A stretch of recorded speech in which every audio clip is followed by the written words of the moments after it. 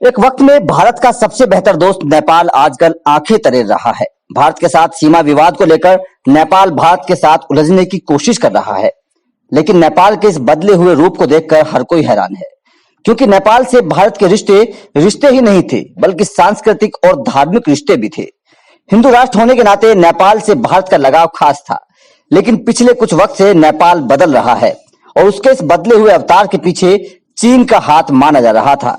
पर अब जो खबर हम आपको देने जा रहे हैं, उसे सुनकर आपकी आंखें खुल जाएंगी और आप ये सोचने पर मजबूर हो जाएंगे कि चीन अपना विस्तार करने के लिए क्या क्या हथकंडे अपनाता है और किस तरह से किसी देश पर अपना अधिकार जमाता है।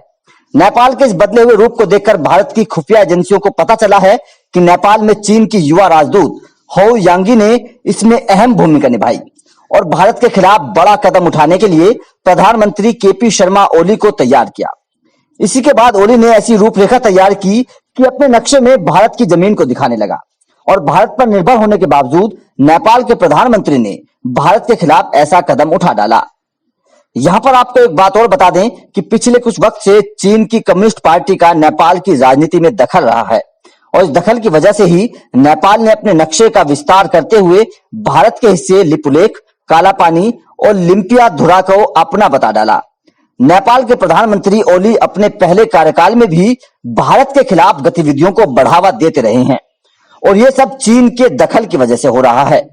भारतीय खुफिया एजेंसी को पता चला है कि नेपाल में मौजूद चीन की युवा राजदूत यांगी का ओली के आवास और कार्यालय में बेरोक ठोक आना जाना है। इस वजह से माना जा रहा है कि चीन की इस दखल की वजह से नेपाल भारत से दूरी बना रहा है।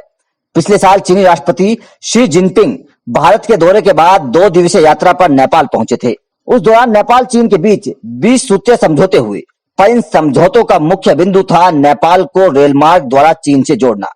काठमांडू को तिब्बत से जोड़ने के लिए 70 किलोमीटर लंबी रेल लाइन का निर्माण किया जाना तय हुआ, ताकि आयात निर्यात के मामले में नेपाल की भारत पर निर्भरता खत्म हो सके और चीन के ऊपर निर्भर हो जाए।